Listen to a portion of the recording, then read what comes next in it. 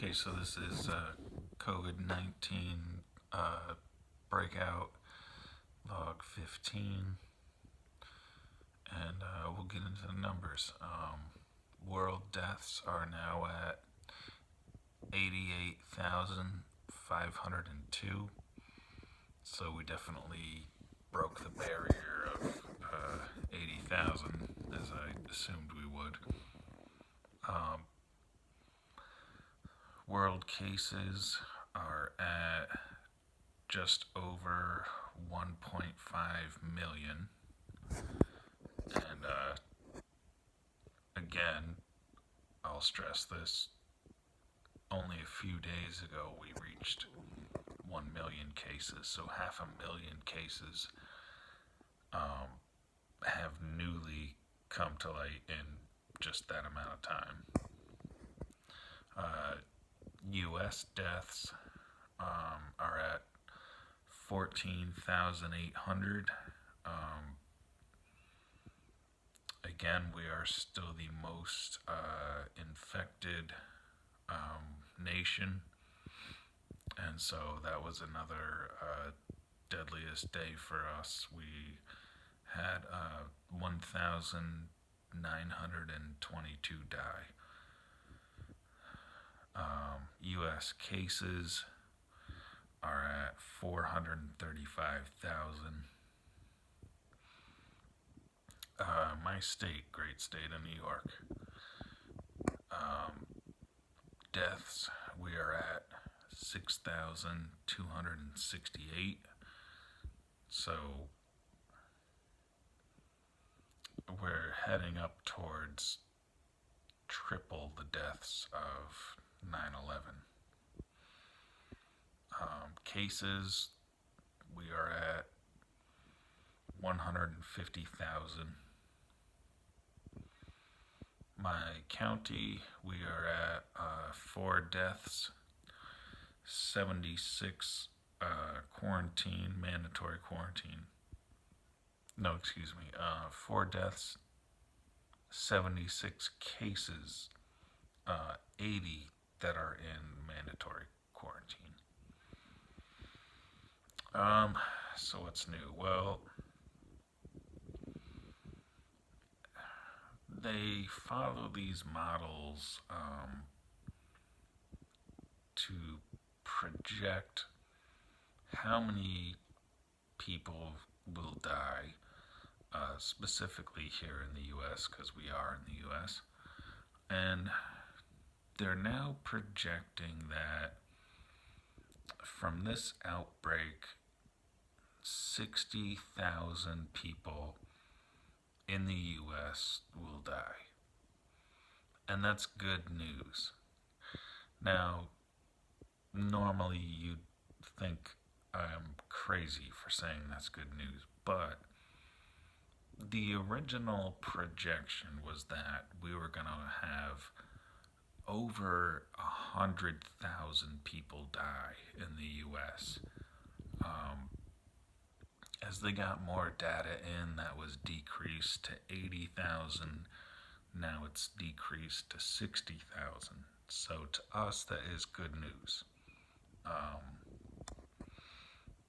And hopefully it'll lower.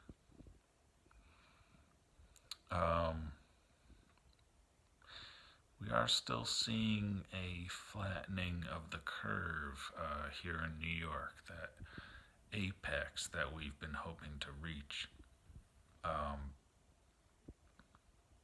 And it's bittersweet because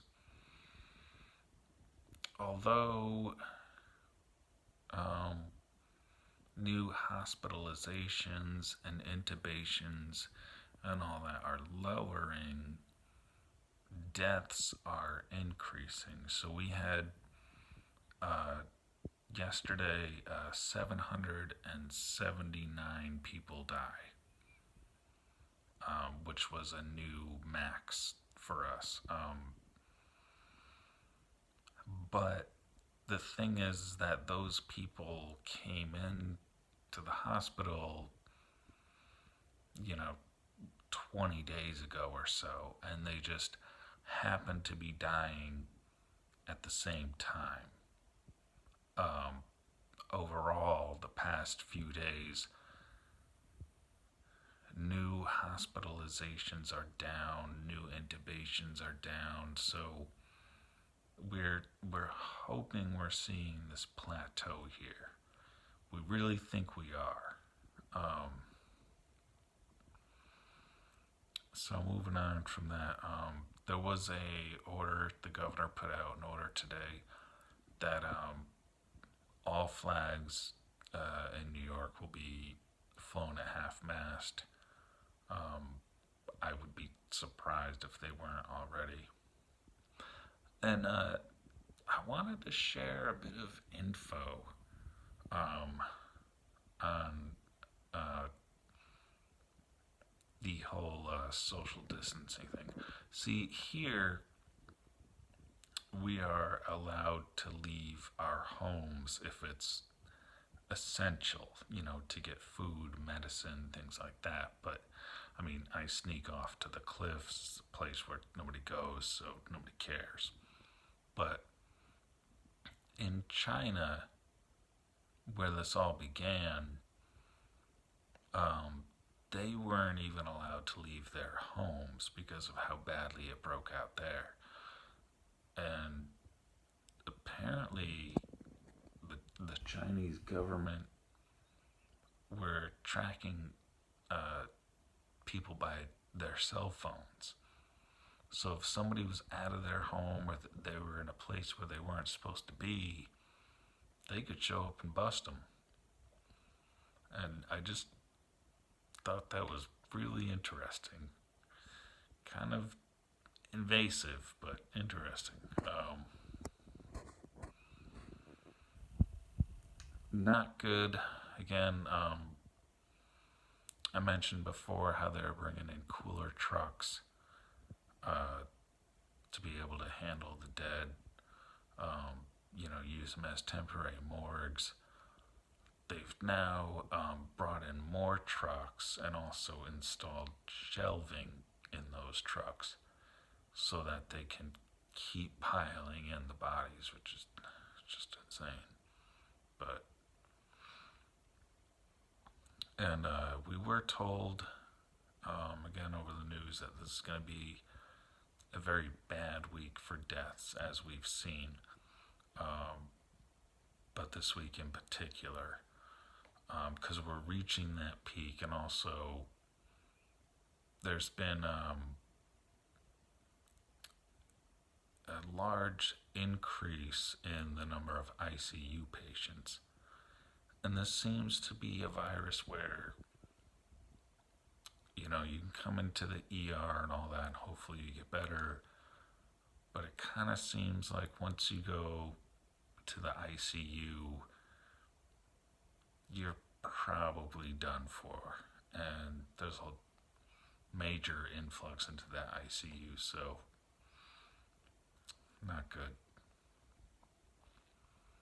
Personal note, I mentioned how I do go out to the cliffs. Other people do too. It's a big widespread area though, so there's not really a great chance of exposure. And I did meet a woman out there. We just happened to cross paths several times, and we've been talking, and it's hard to make anything go somewhere with the current state of things, but we're interested in each other, and see what happens when this is all said and done, which is hopefully soon.